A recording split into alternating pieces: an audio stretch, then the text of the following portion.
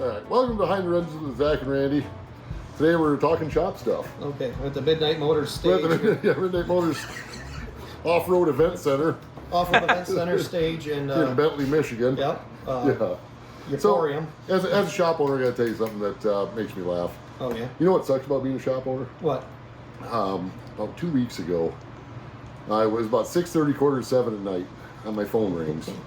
And some guy I know decided to put his own valve stems and tires on his car, and then drive it 35 miles and blow a tire, and then called me to come save him off the side of the road. Well, yeah. Are you familiar with this story? Yeah, I heard about this. He rescued some guy.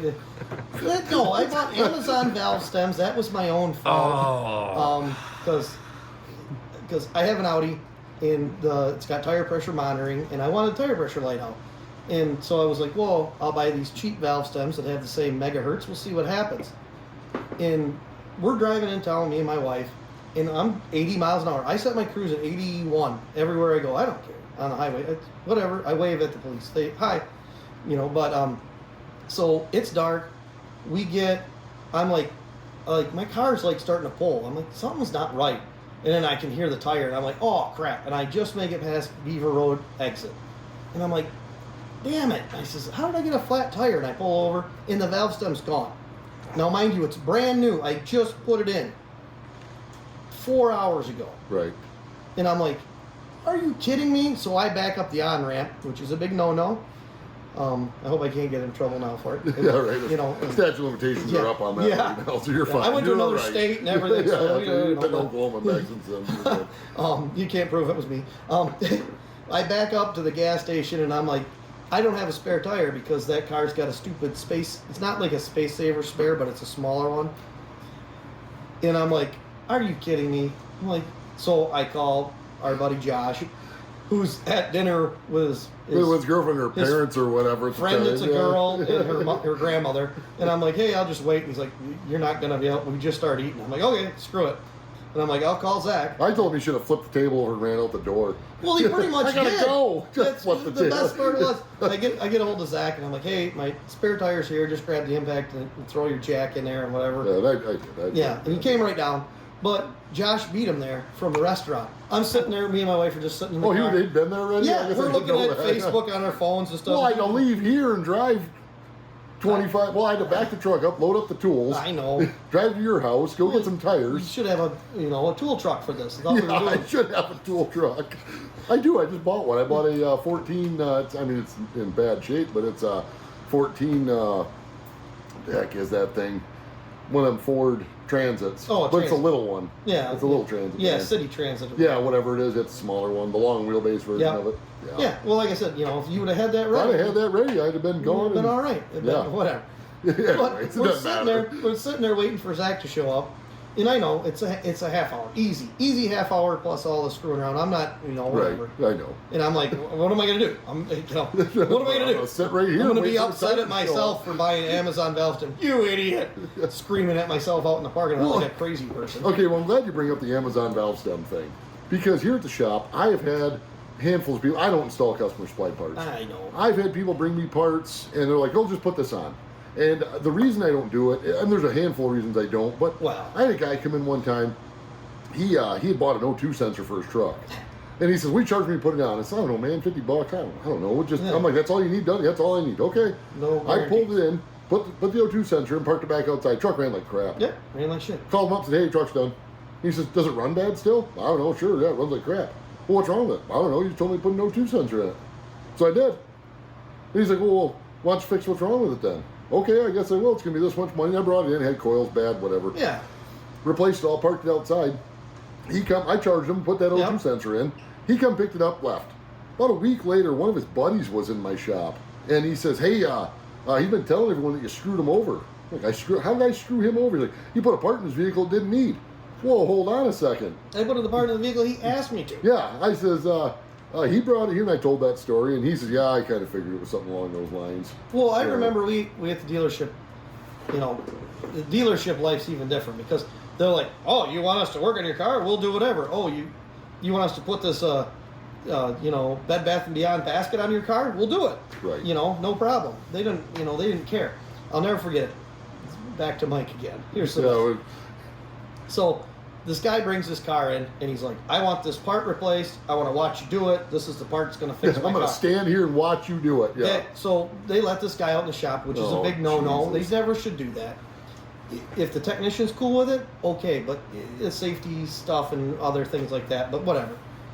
They shouldn't need to be watched. We're not, we're not monkeys at a zoo. They treat us like we They are, do. but They yeah. throw, especially the throwing bananas pizza at us. I mean, Yeah, right. Yeah.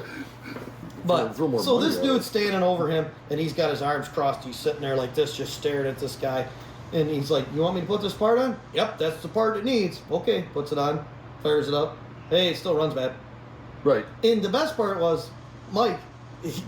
God, I love the guy for that. He's got no reaction at all. He's just like, "Yep, still runs bad."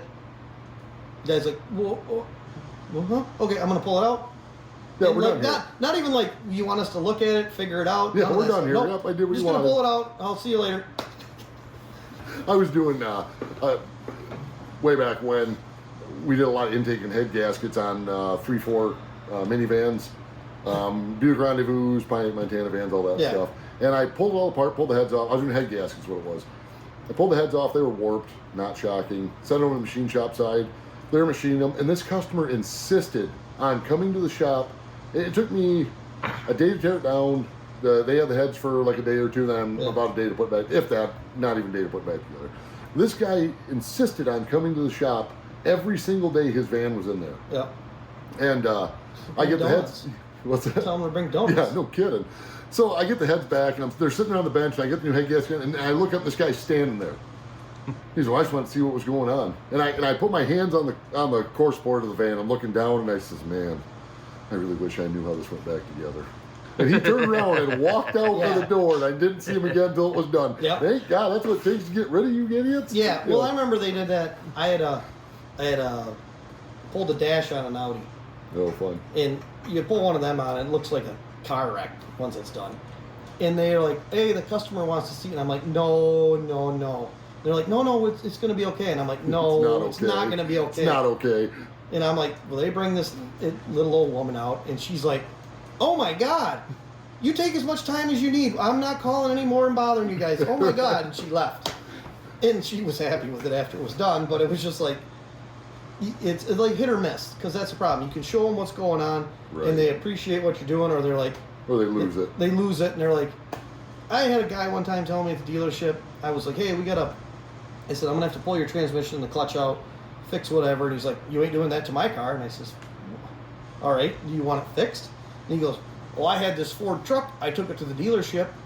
They drilled holes in the bell housing Oh, my God. to get to the bell housing bolts." And I went, "Well, I'm not going to drill any holes inside your body. I'll tell you that, because I'm just not going to do that. We're going to do it the right way. And maybe not go to that dealership anymore." Yeah, I wouldn't go to that place anymore. I've had people come in and request that. They'll come in for a fuel pump and like Chevy truck, let's cut a hole in the bed. Get out of here. I don't want. Yeah. Take your vehicle. You can and cut a leave. hole in your bed. Go yeah, ahead. Yeah, go home and you do it. I'm not doing. We don't play that game here. Yeah. You know, When it and I catches tell on people- fire, you're like, "Ah!" I finally got to the point over the years. I've been doing this for 9 years.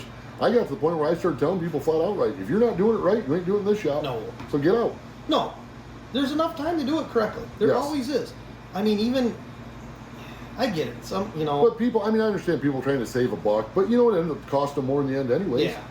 Mhm. So, Yep. but Well- the thing is, I don't know when it happened, but I want to know when everyone seems to think, or when the ideal came along that everyone can do our job. I don't get that. That floors me. to Well, this I day. don't. It's not that everyone thinks he can do your job. I think it goes back to the thing we talked about before in this thing, is the fact that this was always the fallback career for everyone. It was. That was the thing. Yeah, it's I'll just go fix cars. If I can't, Right. It's you know, not simple. and it's not. Any vehicle built past, well, I don't know. I don't hate to make that general statement. I would say like 12 or 15. That's kind of a generalized it's not even statement. that. I mean, the stuff I was working on. Yeah, but Audi and Volkswagen, they're light years ahead of where everyone I else know. is at. GM and Ford and Chrysler, they're still building cars with sticks and stones compared to what I know, and that's VW is doing. Remember, Audi. I know what story you're going to tell next. the- so yeah, the when I was Morley- in college. Oh, I thought you were talking about when I was in college, and I was all excited when I went right up and told you, like, "Hey, we're learning about variable valve timing," and you're like, "We've had that for 10 years. What Yeah. are you talking about?" So we were working at Morley, and we had they had training at Morley all the time, GM training and stuff like that. And I'll never forget it.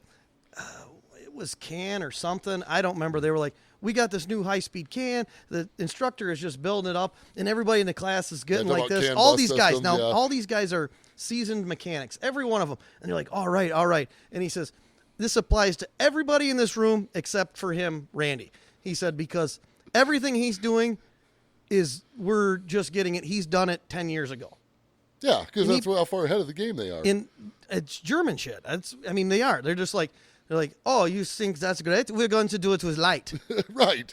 Now they're in it. Well, they've been using fiber optic for years. Yeah, tons of years. I can repair fiber optics. I still have the stuff to do it. Nice. I've never had to. It takes a lot to screw it up, but it's a really good system as fiber optics as far as I'm concerned. Yeah. You can't get the high speed out of it. But. You know what gets me, though, is I've heard this from a lot of people, and I know you've heard this too, and it just gets me. And it's my problem that it bothers me. It's nobody else's problem. But I hear all the time. I hear guys, they bring in their vehicles, or, guys, gals, whatever, bring their vehicles in, and they say, well, if this was carbureted, I could work on it. No, you can't. Yeah, you don't even know what a carburetor looks like. All right, no. You know what my favorite one is? When the guy brings his vehicle in, guy, woman, whatever, and they would bring their vehicle into the dealership, and you're like, well, you need a cabin filter, and you need rear brakes and all this other stuff, and they're like, oh no, my husband can do that for me, but they couldn't change the oil. Right. They're gonna do all the rest of the stuff that's more difficult, but they couldn't change the oil? Yeah. Well, people in general, when it comes to automotive or the car world or anything automotive based, I don't know where people get this false sense of idea that they know what's going on. I watched all the Fast and Furious. Yeah, no kidding. And then I stayed at a Super 8 or whatever. Holiday Inn Express. Holiday I don't know about fixing cars, but I did stay at a Holiday Inn Express last night. Yeah, they're commercials. Yeah, that's about it too. But I don't know. This is a tough industry. There are some easy aspects to it, and I don't want to downplay it to make it sound like everyone can do it. Not everyone can do this job. No. They can't. They just can't. No, But I'm tired of people coming into my shop and telling me that they can. Yeah. I've said that to more than one customer. Why are you here? Why are you here telling me how to do my job? Are they sitting on the operating table at the in the hospital? They're like, I do this myself, but I don't have the mirrors for it at home. Right. What? Right. Well, no, you know what I'm going to start doing though? I'm going to start asking customers what they do for a living. I'm going to take down their job title, and then start walking into their place of business and wanting shit for free. Oh, Mark Voss used to be so good at that. That's what I'm going to do. Yep, he would be like, "Where do they work? What do you mean?" Well, he says if they work at like McDonald's or something, maybe I can go get a free sandwich. And they would be floored. They'd look at him like, well, you can't say that. What, you want me to work? They come in here and do it, yeah. You want me to work for free, but when I need it the other way, no, it don't work. I had a guy tell me that not too long ago. He brought in a truck. It quit shifting. It shifted, excuse me, the four-wheel drive switch shifted into neutral. And he says, he comes in, it just needs a shift motor. And I said, well, why don't you let me be the technician? Yeah. And, you just be the consumer. He said, well, I'm sure that's all it needs. And this is what people don't understand about these newer cars. Oh, yeah. It was a newer truck. Yep. And I went out to it, and it came in on tow truck. And I fired up, and sure as heck, it was in neutral. Okay. And I'm looking at it, but when I cranked it, or when I started it, it started slow. Like it was very, like you could tell it almost had a battery issue. Yeah. And I'm sitting there looking at this thing, and I'm like, man, this thing acts like, it started. I'm like, something doesn't act right about this. Yeah. So I went back in the shop, grabbed the jump box, walked back out. I shut the truck off, put the jump box on it, started it with the jump box on the battery that would still start it, and then held the neutral button down, and it shifted right into two-wheel drive. Now, drove it in the shop and scanned it, and lo and behold, low voltage codes in every module. Yeah. And I looked at the battery. The battery was 5 years old, put my tester on it. Mm-hmm. And I had to buy, which a lot of other shop owners out there will agree with this. I had to buy years ago a digital, I've had a battery load tester with a needle on it for years. Yeah. But I bought a digital one that does printouts. Yeah. So and the reason I did that was because I'd have people arguing with me all the time because you put it on the battery and it would test bad. Yeah. It still starts the car, but that was the main complaint of all the customers. Well, it started fine.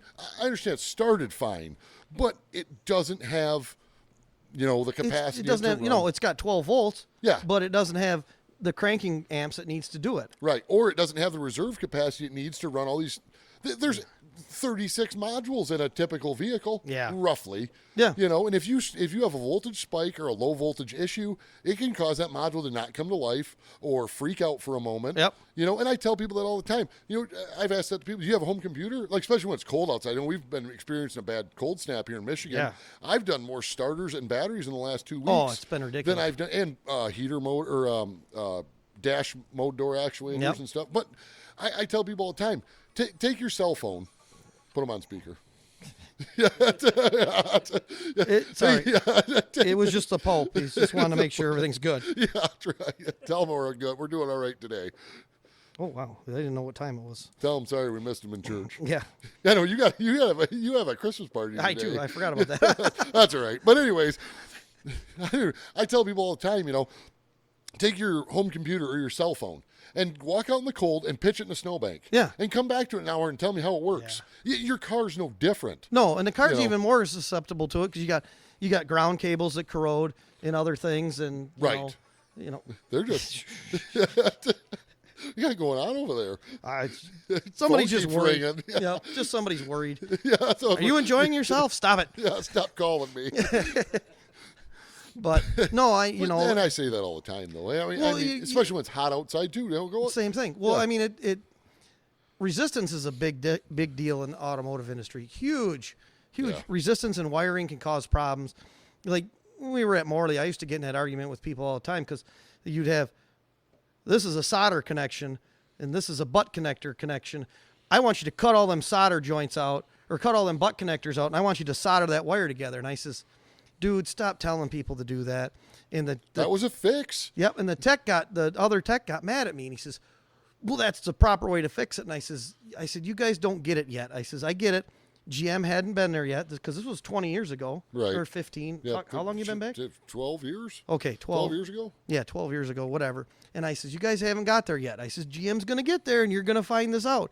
I says, 70% of these people out in this industry can't solder correctly. No. You can glob it together and it could hold a semi truck from pulling out of your driveway. Right.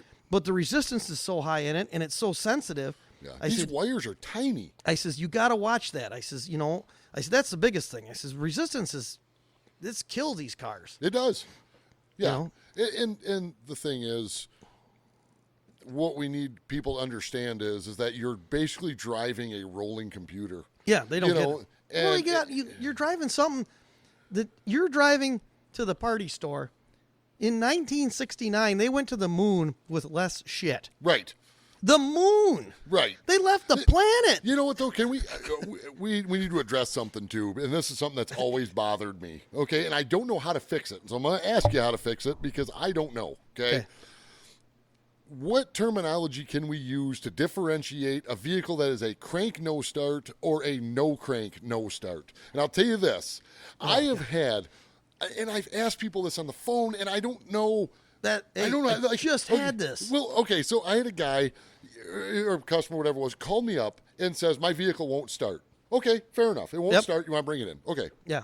So I said, does it crank and not start, or does it not crank and not start? And all he could say was, man, I go to crank it up and it won't do nothing. Okay, but is it cranking over? Well, every time I crank it up, it doesn't do anything. Okay, does it Car won't crank up. Yeah, I hear that all the time. Won't crank up. But is the starter engaging? Is it the window motor? Right. But, I get that all the time. And I feel like an idiot trying to ask these people on the phone, like, explain to me what cranking up means to you. Yes. Some people see it as the key turns, but it won't do anything. Yeah. Or the key turns and the engine does something, but it don't start. Well, like I said, I had this earlier this week because, I work for the post office now and everything, and I was doing the lead tech thing, and I got a call. Hey, this truck quit. I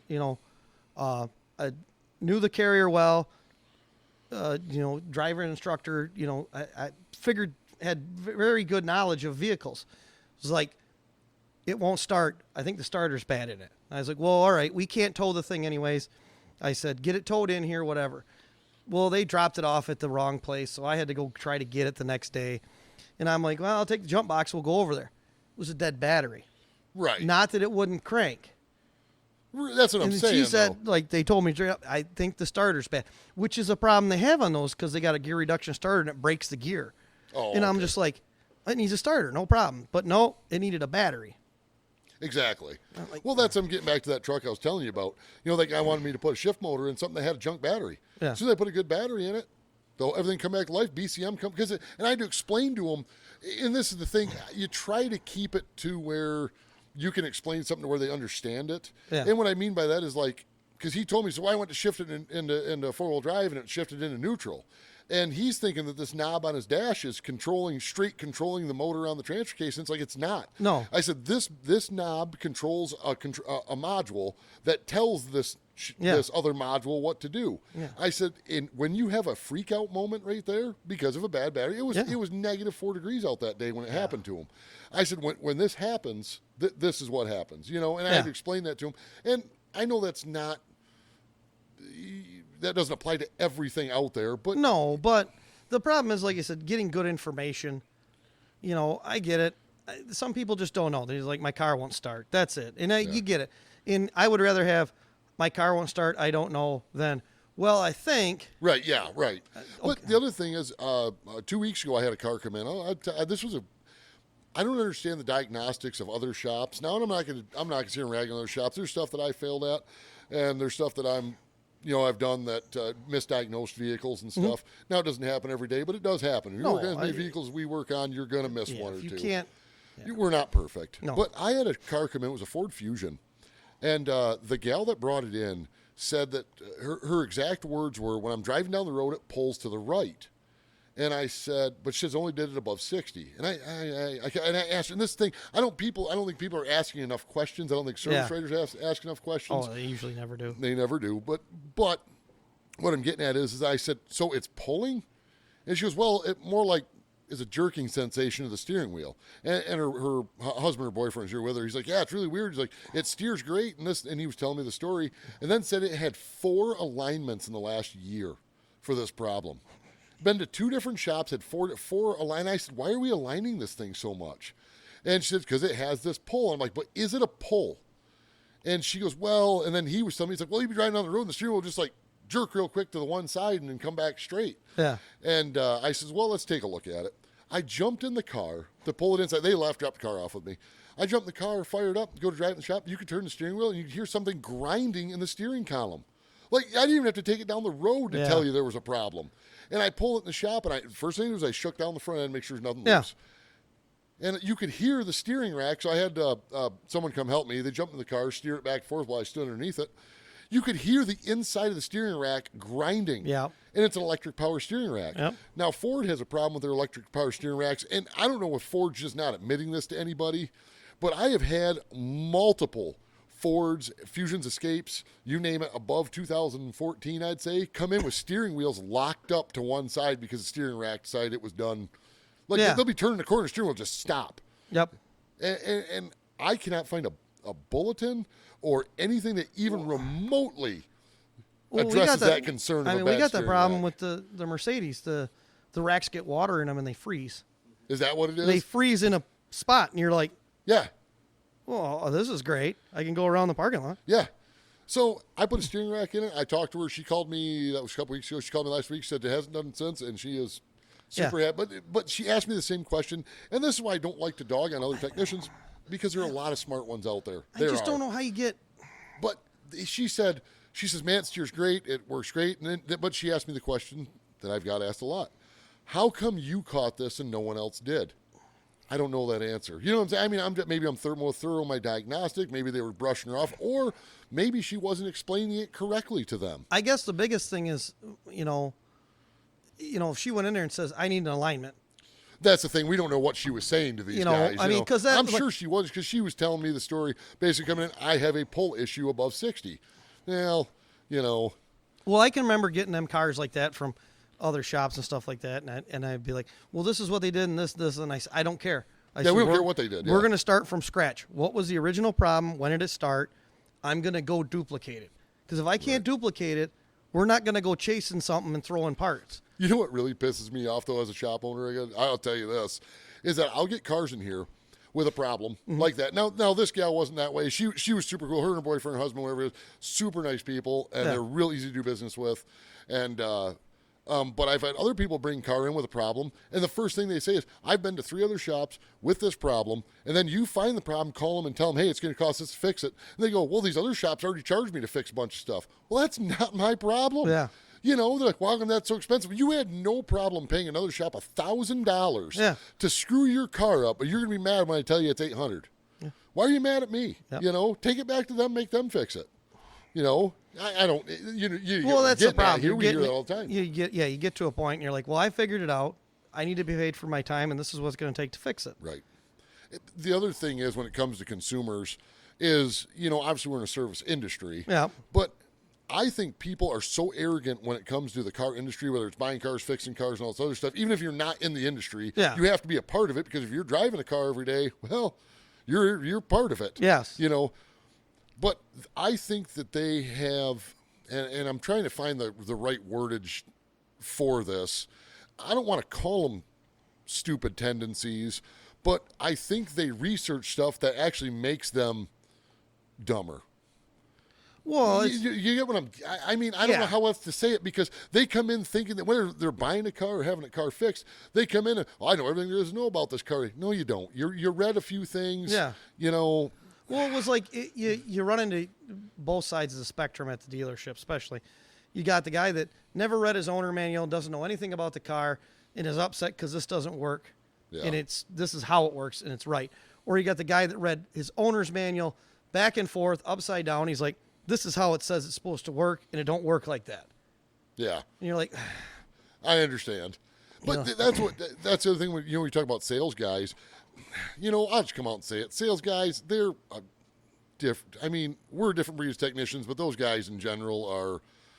I get so angry at sales, because I can't tell you how many times at the dealership that a customer would come in with a car that their phone wouldn't pair, or something didn't work, and it's like, did your salesman not explain this to you? Now they'd come get me because I was good with the customers. I'd come in and explain to the customers what's going on and this and that, whatever. Well, they're too busy.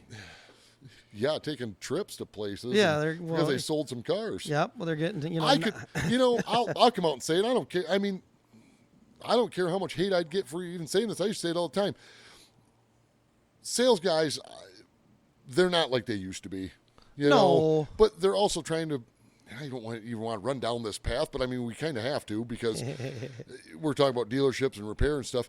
They should be better informing their customers on what they're buying, but they're not. They're more concerned with chasing the dollar. Yeah. Which, okay, we're here to make money. But, okay, we're here to make money. Yeah, but as soon as the paperwork's signed, they're done with them. They're done. They're done. They're out. They're like, that customer comes back and they're like, my radio don't work. Let me see if I can get you into the shop. I'm selling another car. I don't have time for you. Right. Yeah. As soon as that car is sold, they're done with you. Yeah. They don't care about you. They're not your friends. No. They're not nothing. I mean, they might hug you in the parking lot. Hey, we love you. Take pictures. Yeah, take pictures and put it on their website that they just sold you a car. Yeah. But yeah. Anyways, besides all that, though, I mean, like I said, I would get into that a little bit more. But I mean, I know a lot of sales guys, and I'm not trying to downplay what they do, but my God, I get so angry at them guys sometimes, because that's all it is. Just, which I understand it's sales, but it's not. The whole industry as a whole has got problems. Yeah, but like I said, like you said, the one time we talked about, I think it's a dying breed is sales, because you got Carvana and stuff like that. That stuff's going to go away. I mean, it will eventually. Make it while you can, but I mean, it's not life or death here. Right. You know, I mean, like, as a technician, you got to fix that car so it's safe to go out into the thing. You don't got to do that. I got to sell them a car. Yeah. Or I can't go to Cabo Wabo today. You know this. But here's the other thing though, and this is what. And I understand the business, because I understand you got to make money. Yeah. I understand that there's problem child consumers, there's problem child sales guys, there's problem child dealerships, but there's a lot of good ones. Actually, right behind you on that bench, there's a set of wheel bearings sitting up there. Yeah, I seen that. Yep, there's a guy that came in. He just bought a 2017 F-150 from a dealership. I don't know which one for. Anyways, he bought it, and it was making a clicking noise in the front end. Yeah. And he drove it, and first he wasn't sure what was going on with it. Yeah. Super nice guy. I've done a lot of business with them guys. They're a super cool company to deal with. Yep. But anyways, he drove it for a week and it got louder and louder and louder. And he took it back to the dealership. He's like, hey guys, this thing's making some hellacious noise in the front end. Now, whether he bought an extended warranty or not, I don't think he did. But anyways, bullshit. But anyways, they basically told him to piss off. It's not our problem. You bought it as is. Get the hell out of here. He brought it here. Come to find out, somebody, whether it was their service department or somebody, put brand new wheel bearings in this truck and put the wrong wheel bearings in. And the gear mesh for the four-wheel drive actuator to the gear was not correct, and it ground all the splines off the hubs because the hubs were that's for cool. Yeah, that's what they're sitting behind. You can see, you look when we later on you have to look at them. The splines are gone; they're ground right off the hub bearings because they put the wrong ones in. That's what we got. Right? Did they work? Yeah, they worked to get the wheels rolling. Yeah. That was about it. So, anyways. I don't know. We go on that for days and days and days. Well, I don't buy the extended warranty. I mean, I buy the extended warranty to a point. The dealership should stand behind the car. But I also understand as is as well. I mean, get as is, but I mean, yeah, bring one over here, Rap. if that thing, like, it's right here on the table. you know, if that was a safety issue, you know, I mean, we go back to your dually. I know that one still makes me mad to this day. You know, I mean, it should be safe. Yes. That's all. If your radio don't work or a window doesn't roll down, okay, Yeah. that's whatever. But if it's not safe, the problem is that these dealer boys got their hands so deep into our government's pockets, yeah, or that they will not do anything about it. They will back them dealers 100%. You can sell a 100% unsafe vehicle, and in the state of Michigan you can, and there ain't a darn thing you can do about it as a consumer. Yeah, that's nuts. I mean, I don't know. Right. They should be safe. Used cars should be safe when Yes. they're at least, so like I said, no airbag light, tires that have at least 30 seconds or 430 seconds of tread. You know what I'm saying? Yeah. And brakes that are above like 3 millimeter. Yeah. Just something. Yeah, I mean, I think that well, should I be think a law. it comes. There should be some there type should be of I mean, if you're safeguard. buying something that's $1,000 or less, I get it. I Right. get as is. I get that. But you're spending $10,000, like, Yeah, he paid 30. I want to say it was $32,000 for that truck. $32,000, and it's got the wrong wheel bearings in it. Yeah.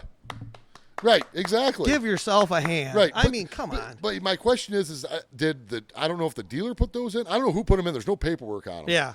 But the thing is that they knew when they took it in that this was an issue. Now, this is not a safety concern because it's just because the four-wheel drive won't work. The bearings themselves are actually fine. Yeah. But the gears are junk. Yeah. You can see, look at Yeah, it's how all ground chewed down up. that is.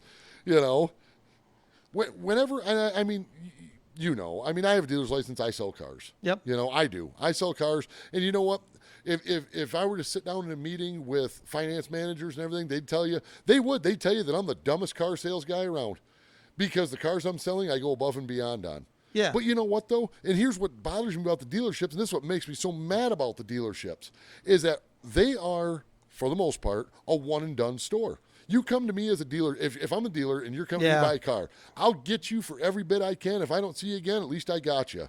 Yeah. But how I sell cars is I'll sell them at a better rate or a fair price. My cars are not overpriced, but they're not underpriced. No. No, But when you buy it, it's good. they have good tires, good brakes, good wiper blades, air filter, and cabin filters. They are maintenance when they leave.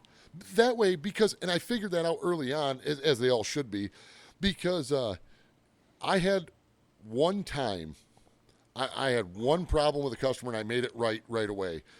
I did not change the air filter. He bought a car from me. He left. He went to a quick lube place, whatever it was, when the oil change was due. Yeah. And I did not change the air filter, and it was dirty. He come back here. He was not mad. But when I was talking to him the next time, he now was under the impression that I sold him a pile of junk, even though the car was not.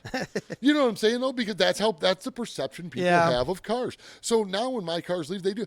When you get to your first oil change, you should not be sold anything. Yeah. Depending on what you're paying for the car. If you buy a $1,000 car, if it makes it out the driveway, you're doing good. But I mean, but I've said that to dealers before, and the problem is they look at me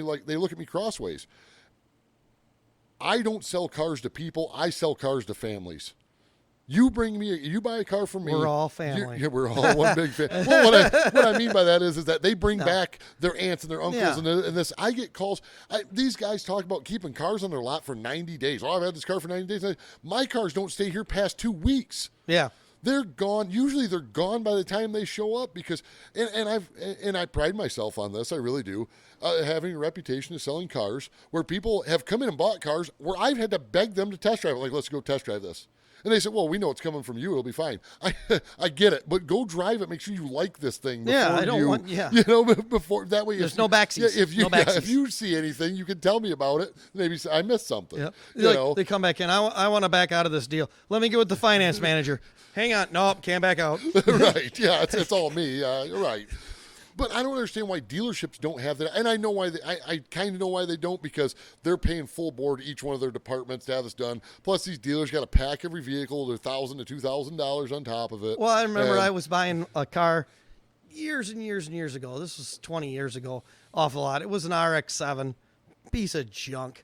And they says, well, you know, we got to get the dock fee. And I says, shove it back in the water. Yeah, right. And they're like, what do you mean? I says, dock fee. I says, I'm giving you what you gave plus a little. I said, we're not doing any of this stuff. I said, if you want to sell me the car, I'm willing to buy it. If not, no one else is going to, because it doesn't run right. Right. And I think they ended up sending it to the scrapper because we couldn't I wasn't able to pay the dock fee. You know they changed it from dock fee now, don't you? Now what? Now it's I'm not kidding you when I tell you this. I've seen it with my own 2 eyes. It's the DIC fee. Like that is the actual. Yeah, that's what they're putting in you when you're signing the papers on that car. They're so blatantly obvious about screwing. You know, I'm not saying they're screwing people. I'm just saying like they're not even shy about it anymore. You know, like this is a great idea. Thanks. Right. Well, it's named after Dick. You know Richard over there. Yeah, you know Richard over there. Yeah, he came up with the idea. But anyways, besides all that, we have to talk about something else important real quick. Okay. Why is there a Jeep behind me? Oh, because it's whose is it, Randy? Well, technically, I haven't taken delivery of it to do the Toretto thing. I haven't taken delivery of it yet. He's taking it to get it washed. It's a quote, some Fast and Furious crap. Come on. No, I mean, yeah. There's a 99 Wrangler sitting behind me right now. Yeah. Well, I mean, on the good side, You know there's 7 of them here now, right? I know, and there's going to be 8. I'm just telling you. I'm just letting you know. There's going to be 8 because we're going to bring another one here.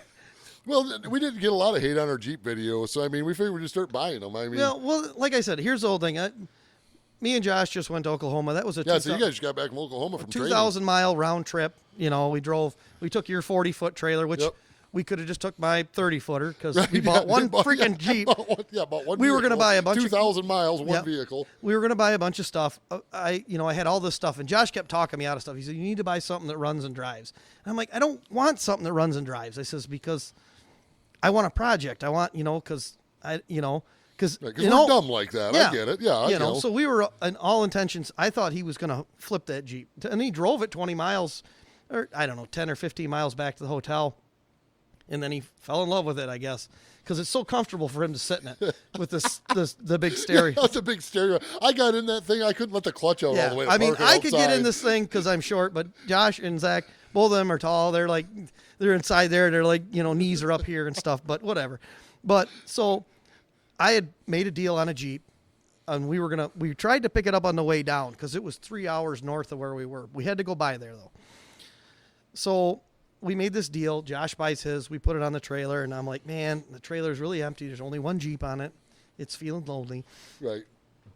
So we meet this person off of Nowhereville, off of the highway, in the dark. She's like, it was a woman. She says, man, you're not going to be able to see anything. It's dark. I'm like, okay. Well, we get there. The pictures of the Jeep are from 6 months ago. Oh, yeah. It's sitting in a different spot. Oh, now we're going down the Facebook rabbit hole of how people don't know how to sell vehicles. Sitting there, in the pictures, it had no front clip on it, which I wasn't worried about. Whatever. Had good tires and stuff like that. But she's like, bring an air compressor. I'm like, I'm from Michigan. Right. You can't run home and get one. Well, we get there, and it's like, we build all these trucks and Jeeps and rock crawlers and stuff. And I'm like, and nobody could put air in the tires of this thing? And I'm like, whatever. We get there, and I'm like looking at it, and I'm like, man, the tub's in really good shape. The frame's in really good shape. And I walk around the front, and I'm like, this frame's bent. Frame horn is bent sideways on And it. I'm like, man, it's a Leaf Spring Jeeps. It's a YJ. And I says, man, this is bent. And she's like, no, it's not. It's the tires are flat. Yeah. And I'm like, man, I can see it in the dark and it's bent. And I walk around the back again and I'm looking at it and Josh walks up front and he goes, yeah, you're right on. This frame's bent. And I'm like, man, I can't give you what you're asking. I said, if you'll do this, we'll drag it up on the trailer and we're out of here. I mean, plus it's full of shit.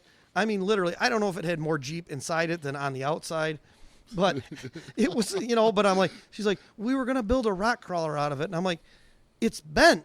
Like, the frame is bent.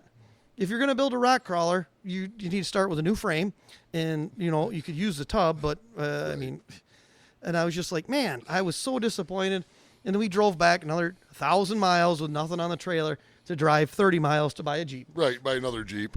You know what bothers me so much about the Facebook thing about people selling vehicles? How is it that these people can take 987 selfies in a day, but they go to sell a vehicle and they get one picture from 40 feet away? Yeah. I bet money that they're the same people that find Bigfoot in the woods. Yeah. Well, the best part was, like, I got the Ram Charger for sale, and that guy came and looked at it, and he comes in, the first thing he does, he's like, man, this is better looking than the pictures. And I'm like, have you ever had anybody show up and say that about anything? Right. I have not. And I went, wow, I guess I take really shitty pictures, but I'm glad it's, he's like, no, he says, this thing's very, it doesn't hurt to take good pictures. Like I said, well, I shouldn't say that. I downplay mine quite a bit. I don't sell cars on Facebook, though, because it's a joke to try to sell cars on Facebook. But the few times that I have, I just tell people, this is how it is. I had a dealer call me one time. See my post on Facebook for cars? He says, you're being way too honest with people, right? What? I had a car that had bullet holes in it. Yeah. And he's like, you can't say that in an ad. People won't buy it. Yeah, they did. I sold it in 2 days. Yeah. Because I was honest. This is what it is. It's got character. Right, yeah, it's character. Those yeah, are speed right. holes. Character, that's right. I don't know, but. Right, I know. I know, you can't buy anything. It is what it is, but it's like, one more picture. That was the problem. There was, all the pictures of this thing were from the side or the back. There was not from the front because they knew the frame was bent. I'm like, whatever. But then the other thing is you put, a dozen pictures on Facebook, then you get people that message you got more pictures? My favorite thing to get asked is, how much rust does it have? I don't know. It's got rust. They will send me pictures of all the rust. Why don't you just come look at it? I'm 8 hours away. Well, good for you then. You don't need it. Yeah, well, that's what, I was like, I'm willing to come look at this. We had made a deal on a price. I said, if everything is what you're saying, I'm willing to give you this. Yeah. And then I got there and I'm like, oh God, I'm like, really? I'm like, on top of being, the driveway was just wide enough for my dually in your trailer. Oh, like, yeah. I'm like, massive. I'm like looking down. I'm like, holy crap. And, Josh, like, what? And I'm like, we're almost hitting the fence, man. And I'm like, now we got to go out in this back 40 field. You would, you've been getting me back from the time I dinged the side of your trailer. Yeah, I didn't hit nothing. Well, the only thing we did, like I said, we did have that ramp open up. That scared the living shit out of me. Yeah, I was glad it happened in the parking lot. We had the big mega ramp open up right as we got to the hotel, and it's dragging. And I'm like, holy, I can see I need to adjust those. I was like, wow, I'm like, I didn't realize there was a problem. I've told that trailer, only you, because I've been towing that trailer for the last 2 years.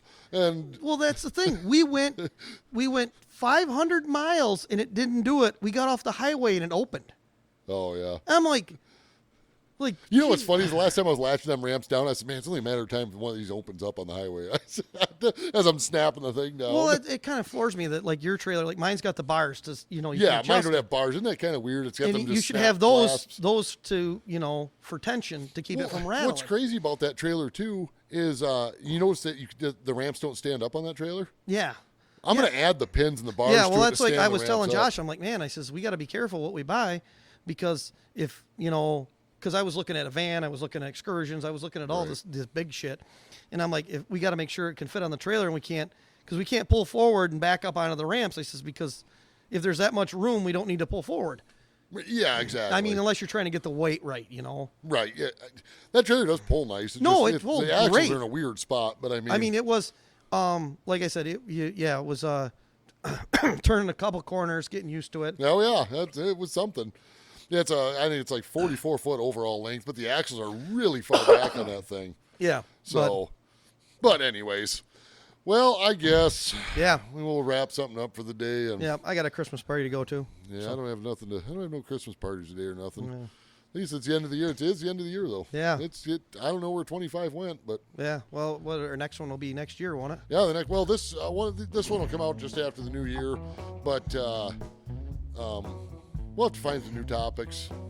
We have a lot of topics, a lot of things to talk about. But a lot of talking about. But I mean, yeah, we'll dig up some more we stuff. got lots of hot air. Oh, we got lots of it. Well, this is from Behind the Wrenches with Zach and Randy. And we'll see you guys in the new year. And everyone be safe and be healthy and be happy.